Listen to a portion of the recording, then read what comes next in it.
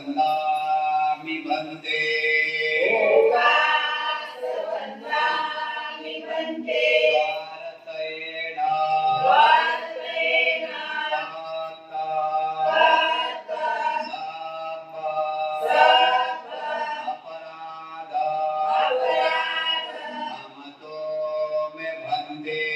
हमतो मे भन्ते तृतीयम्पि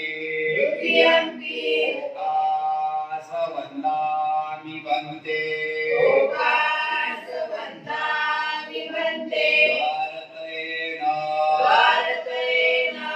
हमतो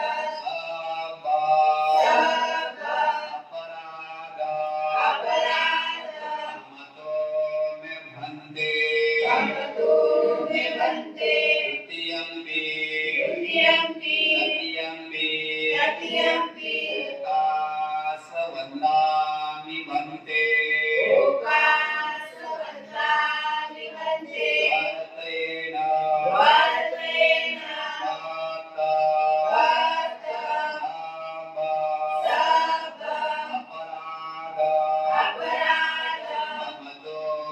भन्ते ओंकास अहं वन्दे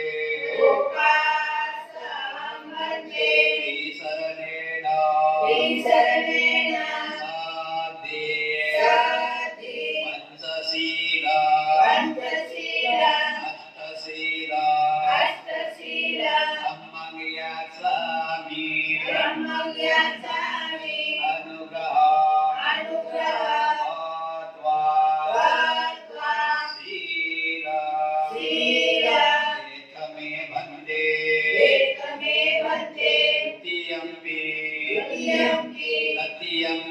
तृतीयम्पि अहं वन्दे श्रीशरणेन साध्ये पंचशीला धम्मं याचामि अनुग्रह शीला एकमे वन्दे वदामि तव देत नमो तस्स भगवतो अरहतो सम्मा सम्बुद्धस्स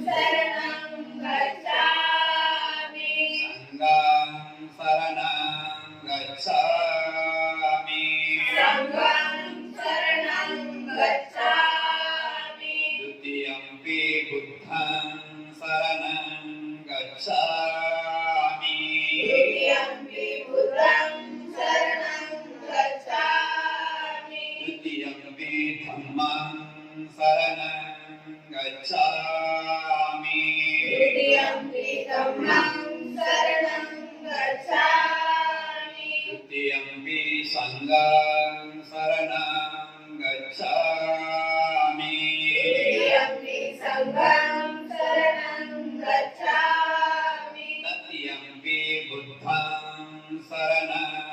गच्छामि तत्यंपि बुद्धं शरणं गच्छामि तत्यंपि धम्मं शरणं गच्छामि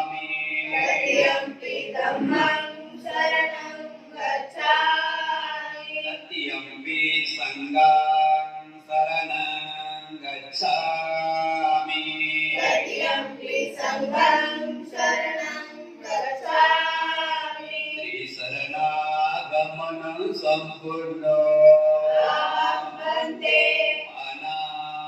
पानातिपाता वेरमणि सिक्खापदं समादियामि पानातिपाता वेरमणि सिक्खापदं समादियामि अधिन्नादाना वेरमणि सिक्खापदं समादियामि अधिन्नादाना वेरमणि सिक्खापदं समादियामि कामेषु मिच्छाचारा वेरमणि सिक्खापदं समादियामि कामेषु मिच्छाचारा वेरमणि सिक्खापदं समादियामि मुसावादा वेरमणि सिक्खापदं समादियामि मुसावादा वेरमणि सिक्खापदं समादियामि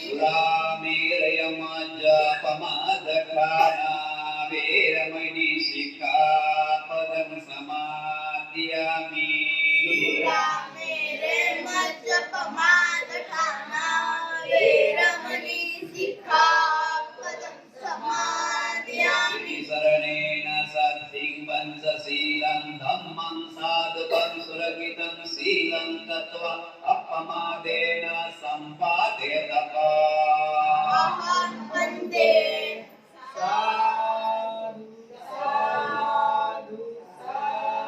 अष्टशी पानातिपाता वेरमणि सिक्खापदं समादियामि पानातिपाता वेरमणि सिक्खापदं समादियामि अधिन्नादाना वेरमणि सिक्खापदं समादियामि अधिन्नादाना वेरमणि सिक्खापदं समादियामि ब्रह्मचर्या वेरमणि सिक्खापदं समादियामि ब्रह्मचर्या वेरमणि सिक्खापदं समादियामि मुसावादा वेरमणि सिक्खापदं समादियामि मुसावादा वेरमणि सिक्खापदं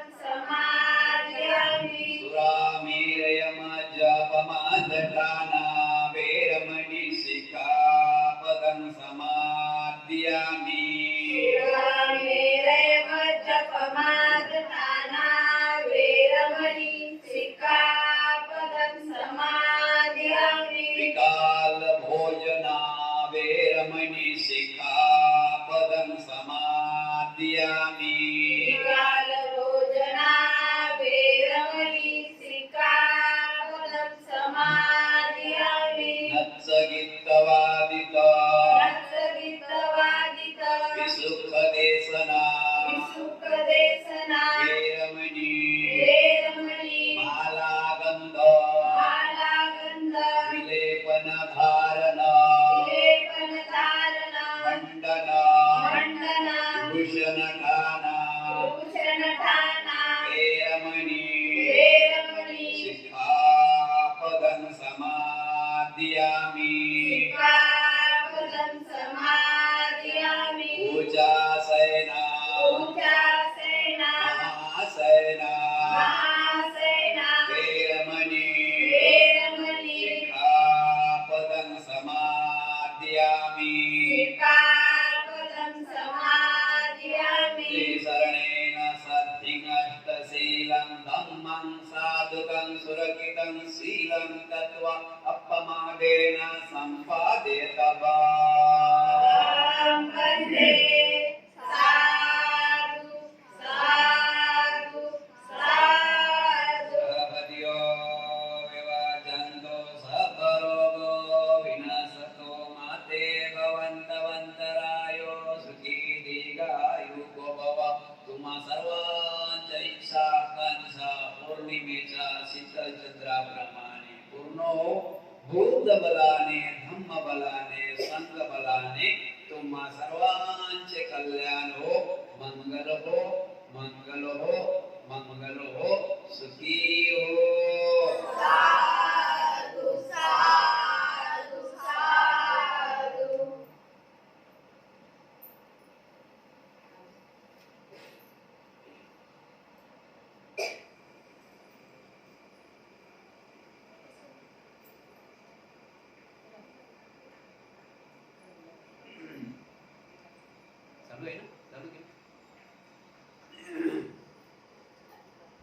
मिलिंद प्रश्न या ग्रंथाच्या वाचनाला सुरुवात होत आहे. सर्वांनी शांतपणे बसून घ्यायचा आहे. मिलिंद प्रश्न आजचा विषय आहे गृहस्थ आणि भिक्षू यांच्या कुशीलातील भेद. गृहस्थ आणि भिक्षू यांच्या कुशीलातील भेद. कुशीलातील म्हणजे भिक्खू उपासक आणि भिक्षू यामधला फरक किती आहे.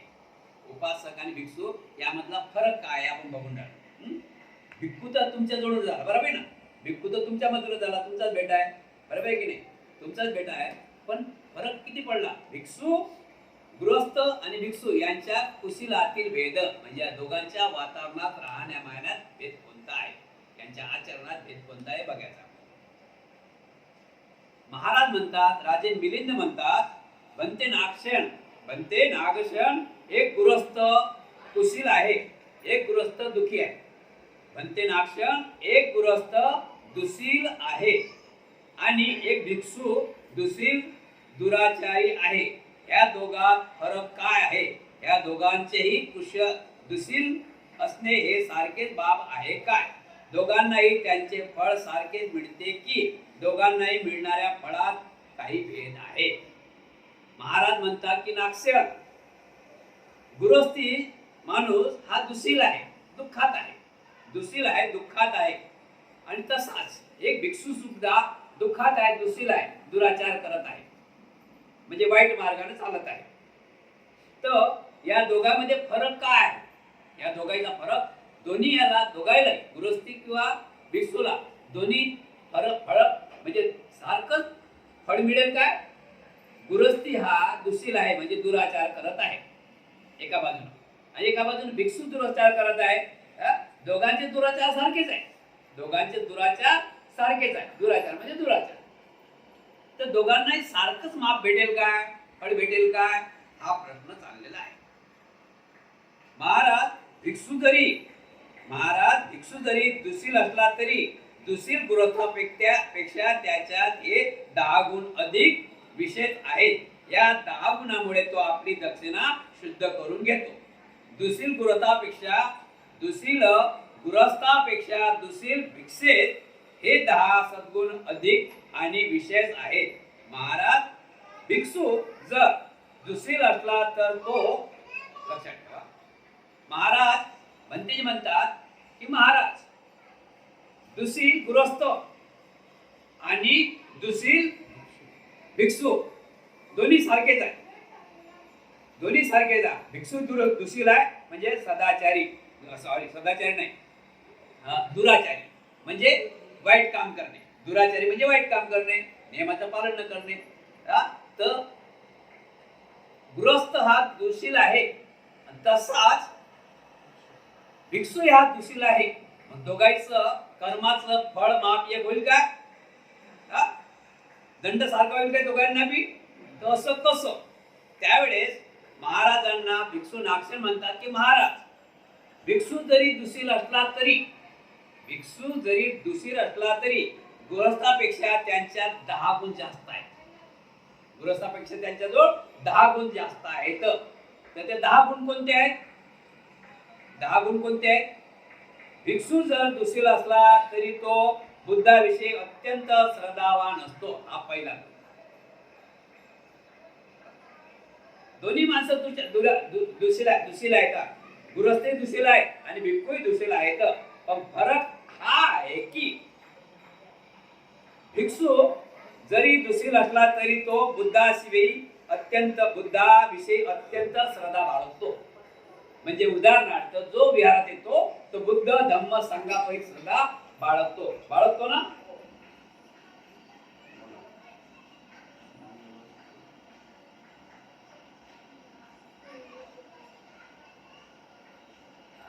माझ्याला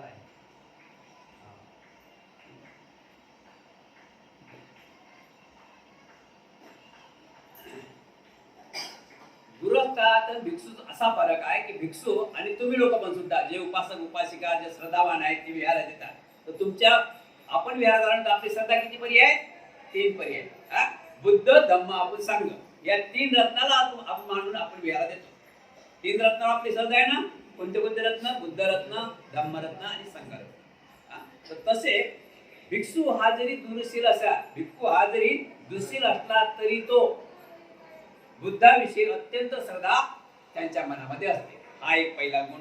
दुसरा गुण आहे धर्माच्या प्रती अत्यंत श्रद्धावान असतो. दुसरा गुण धम्माच्या प्रती अति श्रद्धावान असतो. म्हणजे भगवान बुद्धाचा धम्म घेऊन चालतो ना, अति श्रद्धावान असतो.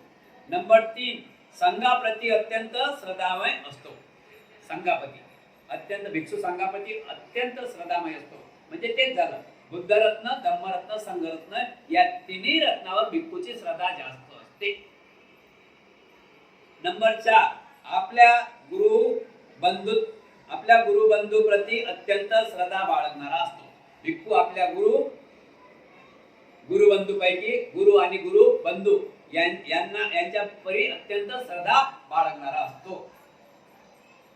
5 आहे सदैव धार्मिक चर्चेत रमून गेलेला असतो. भिक्खू सर्व धार्मिक चर्चेत रमून गेलेला असतो. भिक्खू दुसऱ्या गोष्टी करते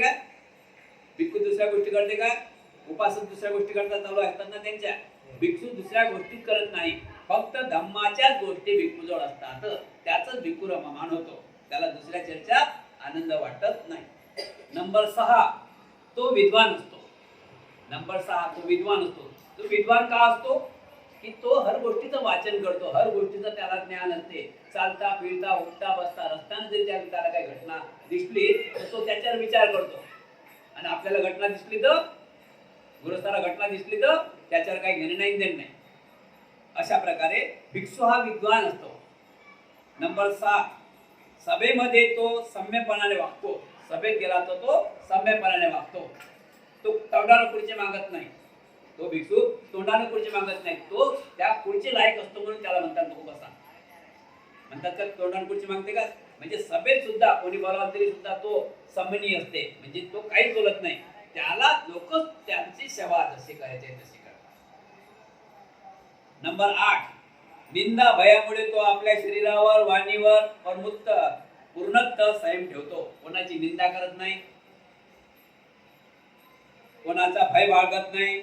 निंदा भयामुळे तो आपल्या शरीरावर वाणीवर पूर्णत्व संयम ठेवतो. कोणी निंदा करा या वंदा करा त्याला काही गरज पडत आपल्या वाणीवर आणि शरीरावर तो चांगल्या प्रकारे संयम ठेवत राहतो. त्याला निंदा करा या वंदा करा त्याला काही घेणं देणं नसते.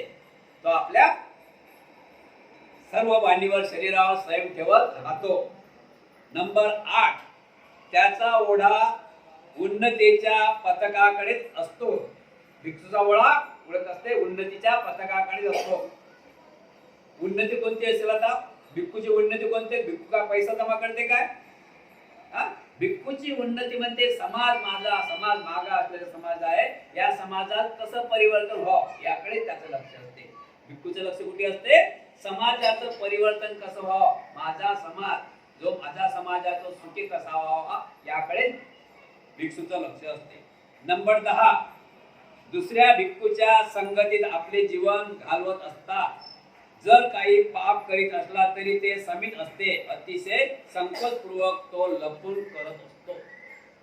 भिक्खू दुसऱ्या भिक्खूच्या समाधी असला एकटा असला जरी काही ते पाप कर्मामध्ये अनेक गोष्टी आहेत. जरी काही तो पाप कर्म करत असला तरी तो चोरून पाप कर्म करू शकते. गुरस्ती करू शकते काय? चोरून. म्हणजे भिक्षूला चालता बोलता उठता बसता कॅमेरा CCTV लागेला आहे, त्याला काहीच करता येत नाही. त्याला पानपट्टीवर जाता येत नाही, त्याला कोण्या दुकानात जाता येत नाही, त्याला कोण्या हॉटेलमध्ये जाता येत नाही, त्याला कोण्या छोट्या मोठ्या दुकानात जाता येत नाही. कारण की ते त्याच्या लायकीचे नाही, तो जाऊ शकत नाही. आणि समजा एखादा भक्त गेला तर तो कॅमेऱ्यामध्ये आहे. म्हणून काही गोष्टी मानव जीवन आहे, लक्षात ठेवा. मानव जीवन आहे तर अनेक गोष्टीने काही मानव जीवन आहे तर अनेक गोष्टी काही थोड्याफार भिक्षुकांकडून होत असतात. पण ज्या अशा गोष्टी घडतात की ज्याच्यापासून समाजाची हानी नाही किंवा स्वतःची हानी नाही ते घटना घडू शकतात. बघा बेटा तुमचा आहे, भिक्खू नाही बेटा तुमचाच आहे की तुमचाच बेटा आहे की नाही? आता एकटं राहणं समजा चालून धरून चाला, एकटं राहणं, एकटं बसणं, एकटं उठणं, तर काही गुण तर काही असतीलच ना. काही गुण तर असायलाच पाहिजे की नाही? असतील की नसतील? सांगा, येस की नाही? असतील की नसतील? परिपूर्ण माणूस हा कोणीच नाही. परिपूर्ण माणूस हा कोणीच नाही. गुण अनेक प्रकार आहेत. गुण हानिकारक आहे, गुण चांगली आहे, गुण वाईटही आहे. हा, पण काही गुण असतातच. मग आता यातून काही गुण असे की काही भिक्खू लोक रातभर जागरणच करतात, वाचनच राहतात. हाही एक गुण आहे बरं, हाही एक गुण आहे. मग तो हानिकारक त्याच्या शरीरापुरता आहे. लोकांना तकलीफ आहे का? हा, आता वाचते तिथं बघा किती कल्ला आला चालेल. भिक्खू वाचते आहे तर भिक्खू आपला आरामशीर वाचते, डोक्यात ठेवते, आरामशीर वाचते, डोक्यात ठेवते. आई गृहस्थ कसे आहे समज का? त्या गृहस्थांना समजते का काही? कल्ला हल्ला चालू आहे की नाही? हा एवढा फरक आहे. मग अशा प्रकारे भिक्खूला 10 गुणामध्ये बांधलेला आहे. म्हणून भिक्खू हा सर्वात श्रेष्ठ उपासकापेक्षा आहे. भिक्खूला हटेल दब आहे ना, भिक्खूला हटेल दाब आहे, दबाव आहे, भीती आहे. आणि तो अभ्यासू आहे. जो व्यक्ती अभ्यासू आहे, जो व्यक्ती अभ्यास करेल तो त्या रस्त्याने जाईल काय? त्या रस्त्याने जाऊ शकेल का? नाही जाऊ शकणार. अशा प्रकारे भिक्खू आणि उपासकामध्ये थोडा फरक आहे. उपासकामध्ये पूर्णच फरक आहे, भिक्खूमध्ये अशा प्रकारे फरक आहे. महाराज ज्याप्रमाणे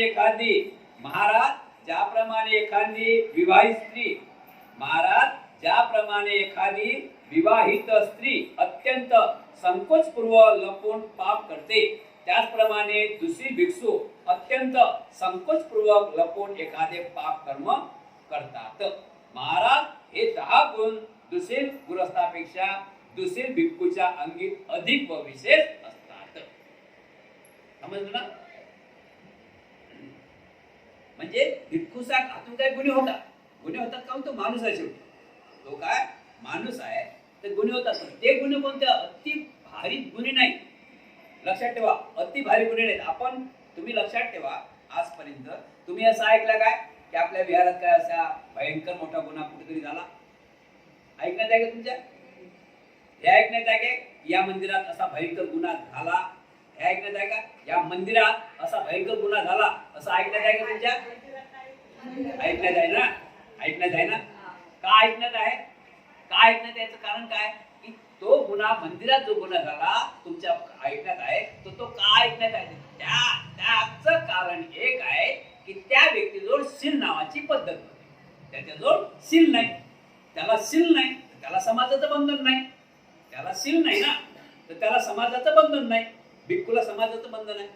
आज एकटा भिक्खू रस्त्याने चालला तरी 10 लोक भिक्खूला बघतात. कोणी काय भिक्खूला दगड मारते काय, की भिक्खू आपला कुठे जाते काय, की भिक्खू आपला काय म्हणजे टिक वाजवते काय, की भिक्खू गार्डन मध्ये बसला काय? बघा ना, लक्ष ठेवा ना. जर एखादा भिक्खू गार्डन मध्ये दिसला तुम्हाला कसं वाटलं? दिसला का कोणी भिक्खू गार्डन मध्ये? समजले ना? कारण की भिक्खूला हर गोष्टीचा दबाव आहे. भिक्खू हा अभ्यास आहे, भिक्खूला हर गोष्टीचा दबाव आहे. आणि त्याला जे काही आहे त्या ज्या विहारात मंदिरामध्ये काय घडलं त्यांना दबाव आहे का काही? म्हणून घटना घडली की नाही? अशा प्रकारे कोणत्याही वरील 10 गुणामुळे तो आपली दक्षिणा शुद्ध करतो. भिक्षू वेश धारण करून तो आपली दक्षिणा शुद्ध करतो. ऋषीप्रमाणे आपल्या डोक्याचे मुंडन करून तो आपली दक्षिणा पूर्ण करतो. भिक्षू संघात सहभागी होऊन तो आपली दक्षिणा शुद्ध करतो. बुद्ध धर्म व संघाला विषय आहे. भिक्षूच्या अंगात असलेले अजून 10 गुण. भिक्षूच्या अंगात असलेले अजून 10 गुण कोणते? पहिला गुण आहे भिक्षू वेश धारण करून तो आपली दक्षिणा पूर्ण करतो. डोक्याचे केस, बाळाचे केस, मुंडन केस 3 वर्षी काढा लागतात. किती काढा लागतात? कशामुळे? या आहे ना नख, या नखाला केस नाही लागला पाहिजे. हा नियम आहे. केस असं नखाच्या हाते आलं नाही पाहिजे. एक 3-4 दिवसात करायला लागेल ना. हाती नख आलं पवायचा आपण डबली उठा हाती नख आलं, हे आलं नखाला केस लागलं म्हणजे त्या मुंडन करणेच आहे. समजले ना? दाढी केसाचं मुंडन करणे. तर हे भिक्षूचं, यामुळे भिक्षू शुद्ध आहे. यामुळे भिक्षू दक्षिणा म्हणजे समाजाला धरून चालते. दुसरा नंबर आहे ऋषीप्रमाणे आपल्या डोक्याचे केसही काढून टाकते. तिसरा नंबर आहे भिक्षू संघात सहभागी होऊन तो आपली दक्षिणा शुद्ध करतो. भिक्षू संघात राहते, चांगल्या विचारात राहते. असेवनाचे बालानंद पंडितानच सेवना पूजाच पूजनीयानं येत मंगल उत्तम. भिक्षू चांगल्याचीच दोस्ती करते, वाईटाची दोस्ती करत नाही. जर भिक्खू एखादा वाईट असला ना तर त्याला सुधारण्याचे प्रयत्न करते दुसरा भिक्खू, पण त्याच्यासोबत वाईट होत नाही आणि तो पण सुधारते. कारण की समाजात राहावं लागते ना. कुठं राहावं लागते? भिक्षूचे मायबाप कोण? कोण आहे भिक्षूचे मायबाप? नंबर 4, बुद्ध धम्म व संघाला शरण जाऊन ते आपली दक्षिणा शुद्ध करतात. नंबर 4, बुद्ध धम्म आणि संघाला ते विसरत नाही, त्यांच्याच विचाराने आपल्या जीवनामध्ये वावरतात. नंबर 5, अर्थपदाच्या साठी प्रयत्नशील राहून योग्य वातावरणात वास्तव करून ती आपली दक्षिणा शुद्ध करतात. म्हणजे भिक्षू हा टप्पा कसा गाठावा पुढचा याच विचारात नेहमी असतात. अनंतपद प्राप्त कसं करावं, अनंतपद प्राप्त करावं, निर्वाण कसं साधावं, याच मार्गात भिक्षू नेहमी असतात. नंबर 6, बुद्ध धर्माच्या उंच विषयाच्या संशोधनात मग्न राहून ते आपली दक्षिणा शुद्ध करतात. रात्री बेरात्री मनात येईल त्यावेळेस ते पुस्तक वाचत राहतात, ज्ञान यातून घेत राहतात. ज्ञान जेवणात आहे काय? भोजनात ज्ञान आहे काय? कोण्या फळात ज्ञान आहे काय? ज्ञान कशात आहे? ते वाचत राहतात, त्यातून ज्ञान मिळते, त्यातून मार्ग निघते. नंबर 7, उत्तमोत्तम धम्मदेशना करून ते आपली दक्षिणा शुद्ध करतात. उत्तम धम्मदेशना देतात, तुम्हाला जीवन जगण्याचा चांगला मार्ग दाखवतात, ते आपली दक्षिणा पूर्ण करतात. नंबर 8, धर्माला प्रकाशात आणून ते आपली दक्षिणा पूर्ण करतात. भगवान बुद्धाचा धम्म हा प्रकाशात जिथं नाही तिथं प्रसवतात. आता तर आपला युट्यूबच्या माध्यमातून जास्त होऊन राहिला, बरोबर आहे की नाही, की जेणेकरून जो ऐकेल तो सुखी झाल्याशिवाय राहणार नाही, अशा प्रकारे. नंबर 9, बुद्धाला सर्वश्रेष्ठ मानून तो आपली दक्षिणा शुद्ध करतो. बुद्धाला सर्वश्रेष्ठ मानतात, बुद्धाशिवाय दुसऱ्या कोणाला बुद्ध धम्म आणि संघ बाबासाहेब याच गोष्टीला मानतात, दुसऱ्या कोणाला मानत नाहीत. नंबर 10, उपसत व्रताचे आचरण करून तो आपली दक्षिणा शुद्ध करतो. भिक्षू उपसत व्रत धारण करतात. आता काही वयस्कर व्यक्ती जे आहेत तर वयमानाने काही गोष्टी सांभाळता येते, तो भाग आला का, म्हणून थोडा मध्य मार्ग दिला आहे. कोणता मध्य मार्ग दिलेला आहे? थोडा, जास्तही नाही, थोडा मध्य मार्ग धम्मामध्ये दिलेला आहे. वर सांगितलेल्या 10 गोष्टीचे प्रत्यक्ष आचरण करून तो आपली दक्षिणा शुद्ध करतो. त्यामुळे भिक्षू आणि गृहस्थामध्ये जमीन आसमानचा फरक सांगितलेला आहे. महाराज, भिक्षू दुशील असला तरी तो याप्रमाणे आचरण करून दायिक दिलेल्या दक्षिणा दान सफल करतो. आणि महाराज, एखादी वस्तू कितीही घाण चिखल धुळीने माखलेली असली तरी तो पाण्याने स्वच्छ धुवून काढली जाऊ शकते. त्याचप्रमाणे भिक्षू जरी दुशील असला तरी तो चांगल्या प्रकारचे आचरण करून दायक लोकांनी दिलेल्या दक्षिणा दान सफल करून सोडते. महाराज उकळते पाणी सुद्धा भडकलेल्या जोरदार आगी विझून टाकते. महाराज, उकळतं पाणी सुद्धा भडकलेली आग विझून जोरदार, उकळलेलं पाणी सुद्धा आगीवर टाकलं तरी ते भडकलेली आग विझून टाकू शकते. त्याचप्रमाणे भिक्षू जर दुशील असला तरी तो चांगल्या गोष्टीच्या आचरणात गतिमान राहून दायकाकडून मिळालेले दान दक्षिणा सफल करून सोडते. महाराज, भोजन जरी स्वादिष्ट नसले तरी ते भूक नष्ट करते. महाराज, भोजन जरी स्वादिष्ट नसले तरी ते भूक नष्ट करते. त्याचप्रमाणे भिक्षू जरी दुशील असला तरी तो चांगल्या आचरणाने दायकाकडून मिळालेली दक्षिणा सफल करून सोडतो. महाराज, मध्यमनियाकात दक्षिणा विभंग नावाचा गृहस्थ धम्मोपदेश करीत असता त्या देवतादिदेव भगवंतांनी सांगितले आहे की धर्म आणि श्रद्धेने युक्त होऊन जो सिलवान पुरुष दुशील भिक्षूंना सुद्धा दान देतो त्याला उत्तम कर्मफळ प्राप्त होते. त्या दायकांनी दिलेल्या दक्षिणा सुद्धा होऊन जातात. त्या दायकांना दिलेल्या दक्षिणा शुद्ध होऊन जातात. बनते हा क्षण किती आश्चर्य आहे, किती अद्भुत आहे. मी तुम्हाला एक शिल्लक प्रश्न विचारला होता, परंतु तुम्ही तर अनेक उपमा आणि युक्तिवादाद्वारे इतका सुंदर खुलासा करून सांगितला की आता हेच ऐकत राहण्यात अमृताचे माधुर्य वाटू लागले आहे. म्हणते, एखादा उत्तम स्वयंपाकाला थोडेसे जरी मांस मिळाले तरी त्यात मीठ मसाले टाकून इतके स्वादिष्ट करून सोडतो की राजा सुद्धा ते मिटक्या मारीत असतो त्याप्रमाणे मी तुम्हाला एक क्षुल्लक प्रश्न विचारला होता, परंतु तुम्ही अनेक उपमा आणि तर्क उपस्थित करून उत्तम रीतीने याचा खुलासा करून दिला, जेणेकरून ऐकणाऱ्यांना अमृताचेच माधुर्य वाटू लागले.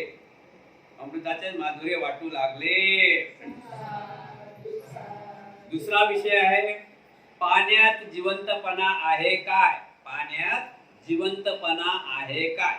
म्हणते नाक्षण, विस्तवावर पाणी ठेवले असता बुडबुड खळखळ असे अनेक प्रकारचे आवाज होता.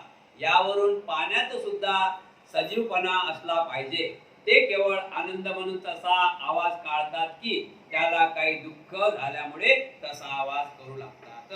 महाराज, पाण्यामध्ये सजीवपणा किंवा प्राण मुळीच नसते, परंतु अग्नीच्या उष्णतेमुळे पाण्यात एक प्रकारचे हालचाल बांधा निर्माण होते आणि बुडबुड खळखळ असा आवाज होऊ लागतो. बनते नाक्षण, दुसऱ्या मताला मानणारे अनेक लोक पाण्यात जीव आहे असे म्हणतात. त्यामुळे ते थंड पाणी न पिता गरम करून पाणी पितात आणि ते बौद्धांची निंदा करतात की हे बौद्ध भिक्षू एकपेशीय जीवांचा नाश करणारे आहेत. तेव्हा अशा निंदकांना सडेतोड व योग्य उत्तर देऊन त्यांना चूप करावे. महाराज, पाण्यात जीव नाही किंवा प्राणही नाही, तर अग्नीच्या अधिक उष्णतेमुळे पाण्यात एक प्रकारचा अडथळा निर्माण होऊन त्यातून बुडबुड खळखळ असा आवाज निघतो. महाराज, डबके, सरोवर, शील, तलाव, डोह आणि विहिरीचे पाणी कधी कधी फार मोठे वादळ आल्यामुळे वर उकळून त्याची वाफ होईल तेव्हा असा आवाज करते काय? मुळीच नाही म्हणते, मुळीच नाही. समजलं? पाण्याला जीव नसते. पाण्यात जीवपणा आहे काय? पाण्याला जीव नसते, पण पाण्यामध्ये काही वस्तू टाकली तर ते पाणी खळबळ धडबड आवाज करते. पुढे अजून त्याचा विषय अजून आहे, लक्षात ठेवा. महाराज, पाण्यात जीव किंवा प्राणही राहिला असला तरी त्यामुळे सुद्धा त्याने अवश्य असा आवाज ऐकला असता. महाराज, यावरून आपण समजून घ्यावे की पाण्यात सजीवपणा नाही, तर अग्नीच्या अधिक उष्णतेमुळे त्यांची अशी स्थिती होत असते. महाराज, पाण्यात जीव किंवा प्राण बुडीत नाही, याशिवाय एक उदाहरण ऐकावे. पाण्यात तांदूळ टाकून एखाद्या भांड्यात ते झाकून ठेवले आणि ते भांडे अग्नीवर ठेवले नाही तर बुडबुड आवाज करील काय? नाही बनते. त्यामुळे काहीच फरक पडणार नाही व ते जशाच्या तसेच चूप राहिलं. महाराज, जर तेच भांडे तसे उचलून चुलीवर ठेवले आणि खालून जाळ लावला तर मग ते चूप राहील काय? नाही बनते. तेव्हा त्यातून बुडबुडे निघू लागतील आणि ते वाफ फेकू लागेल. सर्व भांडे खदगदून भरून जाईल. तरंग उठतील, फेसावर फेस येईल आणि त्या भांड्यातील तांदूळ वर खाली होऊन खालीवर असेच होऊ लागतील. महाराज, तेच भांड्यातील पाणी थंड असता चंचल होत नाही, जशाच्या तशा शांत राहते. पण ते अग्नीच्या अधिक उष्णतेमुळे ते असे प्रवाह होऊन खदखदू लागते. महाराज, यावरूनच पाणी सजीव नाही हे समजून येते. समजलं ना? महाराज, पाण्यामध्ये जीव नाही आणि पाणी सजीव नाही, पण पाण्यामध्ये काही टाकलं तर पाण्याचा आवाज येते नाही. आता एक उदाहरण दिलेलं आहे की एका टोपामध्ये तांदूळ टाकले आणि पाणी टाकलं आणि त्याच्यावर झाकण ठेवलं. हा टोप जसा ठेवून त्याला बाजूनं, त्याचा आवाज येईल काय? तोच टोप जर उचलून चुलीवर ठेवला आणि त्याला जाळ लावलं तर त्याचा आवाज येईल ना? त्याचा खदखद आवाज येईल, गळगळ आवाज येईल आणि त्याच्यातून वाफ निघून जाईल. म्हणजे कशामुळे होऊन राहिलं ते? पाण्यामुळे होऊन नाही राहिलं. पाण्याला उष्णता लागली म्हणून होऊन राहिलं. आता विहीर बघतो, विहिरीतलं पाणी खळखळ आवाज येते काय? तलाव बघितलं, तलावाचं पाणी शांत असते ना. आणि समुद्रही पाहिला, समुद्राचं पाणी कसं होते? धड. कशामुळे? की त्या वाऱ्यामुळे, उष्णतामुळे. विहिरीतलं पाणी किंवा तलावातलं पाणी त्याला वारा उष्णता मिळत नाही म्हणून ते शिथिल असते. तशाच प्रकारे जर त्या टोपामध्ये तांदूळ टाकले, त्याला पाणी टाकून झाकण ठेवलं तर त्याला काही फरक पडणार नाही. पण तोच टोप जर चुलीवर ठेवला तर त्या टोपातून आवाज निघाल्याशिवाय राहणार नाही. कारण का? उष्णता त्याला बसते म्हणून. महाराज, पाण्यात सजीवपणा नाही याबद्दल पुन्हा एक उदाहरण ऐकावे. घरोघरी पाण्याने भरून ठेवलेले धडे घरोघरी पाण्याने भरून ठेवलेले घडे असतात की नाही? होय म्हणते असतात. महाराज, तर मग त्या घड्यातील पाणी सुद्धा उकळ्या येऊन प्रभावी होते आणि खदगुदू लागते काय? नाही म्हणते. त्या घड्यातील पाणी अगदी शांत व स्वाभाविक स्थितीत राहते. महाराज, समुद्राचे पाणी नेहमी अशांत असते. त्याच्या लाटावर लाटा उसळतात, तरंगावर तरंग उठतात, वरून खाली खाली वर अशा उसळ्या मारतात. चढ उतार होत राहते, लाटांचा मारा होत राहते. त्याला भरती किंवा ओटी येते, हेसाळत असते, किनाऱ्याला टकरा मारीत असते आणि नेहमी भयंकर गर्जना करीत असते. असे तुम्ही ऐकले आहे काय? होय बनते, मी असे ऐकले आहे आणि पाहिले सुद्धा आहे. महासमुद्राचे पाणी 100 हात किंवा 200 हात सुद्धा वर उसळ्या मारू शकते. महाराज, घड्यातील पाणी कधी लाटांनी उसळताना उसळ्या मारत नाहीत किंवा आवाजही करीत नाही, पण समुद्राचे पाणी मात्र उसळ्या मारते व आवाजही करते. याचे कारण काय? बनते, जोरदार हवा वाहत असल्यामुळे समुद्राचे पाणी उसळ्या मारते व भयंकर आवाज करत राहते. परंतु झाकलेल्या घड्यातील पाण्यावर हवेचा मुळीच प्रभाव पडत नाही. त्यामुळे ते हलत नाही, डोलत नाही किंवा शब्दही करत नाही, तर ते एकदम शांत राहते. महाराज, हवेच्या प्रभावाखाली येऊन पाणी उसळण्या मारू लागते. तसेच अग्नीच्या उष्णतेमुळे सुद्धा पाण्यात एक प्रकारचे हरकत उत्पन्न होऊन भांड्यातील पाणी उकळू लागते आणि खदखदू लागते. समजलं ना? तिसरा आहे, नगाऱ्यात सजीवपणा आहे काय? नगाऱ्यात सजीवपणा आहे काय?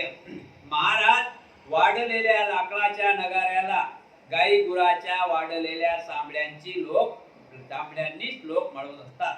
नगारा ढोल लाकडाचा, ते बोगदा लाकडाचा ढोल असते, त्याला चांबडे असते. प्राणी मात्राचं नगारा.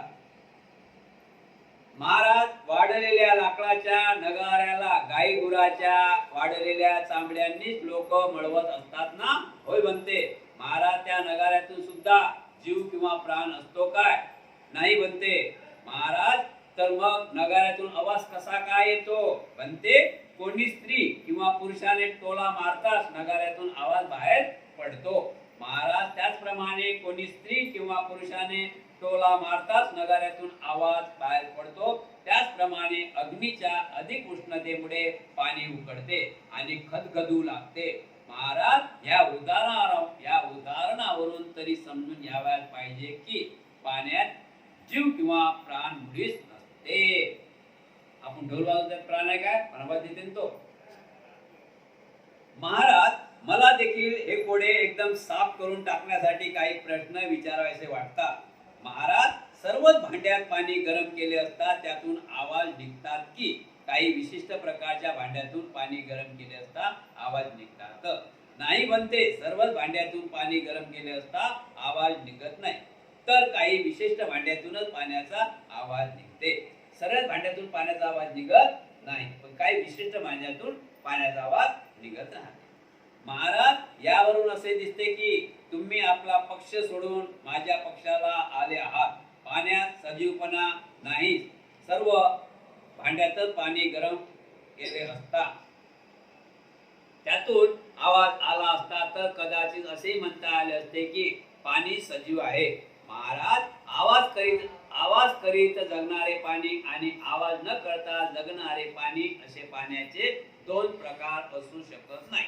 मोठमोठ्याने जीवाचे पाणी पिणे, मोठमोठ्या जीवांचे पाणी पिणे. महाराज, मोठमोठे मदोमस्त हत्ती आपल्या सोंडीने पाणी शोधून ते आपल्या शरीरावर उधळून फेकतात किंवा ते तोंडाने पिऊन टाकतात. अशा स्थितीत जर पाणी सजीव असते तर अशा तऱ्हेने त्यांच्या दातामध्ये भरडल्या गेल्यामुळे जोरजोराने ओरडावाच पाहिजे होते. समुद्र, तिमिलंग इत्यादी अनेक प्रकारचे मासे असतात. समुद्रात सुद्धा तिमिलिंग इत्यादी अनेक प्रकारचे मासे असतात. ते सुद्धा पाणी आत घेऊन बाहेर सोडत असतात. त्यांच्याही दातात सापडल्यामुळे पाण्याने ओरडव्यास पाहिजे होते. महाराज एवढ्या मोठमोठ्या प्राण्यांकडून दाताने रगडल्या जात असता त्या पाण्याने मुळीच ओरडू नये हे केवळ आश्चर्य. या सर्व स्पष्टीकरणाने हे सिद्ध होते की पाण्यात जीव किंवा प्राण नाही. महाराज यावरून पाणी सजीव नाही व आपण समजून यावरून पाणी सजीव नाही हे आपण समजून घ्यावे. बनते नाक्षण उत्तम प्रकारे प्रश्नाचे विलक्षण करून आपण योग्य रीतीने त्यावर निर्णय दिला. चांगल्या रत्नपारख्याकडूनच उत्तम रत्नाचे पारख होत असते. मोती पारखण्याकडूनच मोत्याची खरी परीक्षा होत असते. बाजाराकडूनच उत्तम शाल किंवा दुशालीची किंमत होत असते. सुगंध आदी पारख करण्याकडूनच उत्तम लाल चंदनाची प्रतिष्ठा राखली जाऊ शकते. त्याचप्रमाणे आपण या प्रश्नाची उत्तम प्रकारे उत्तर दिलेली आहे. साधु साधु साधु. उद्याचा भाग आहे प्रकरण 7 चालू होणार आहे.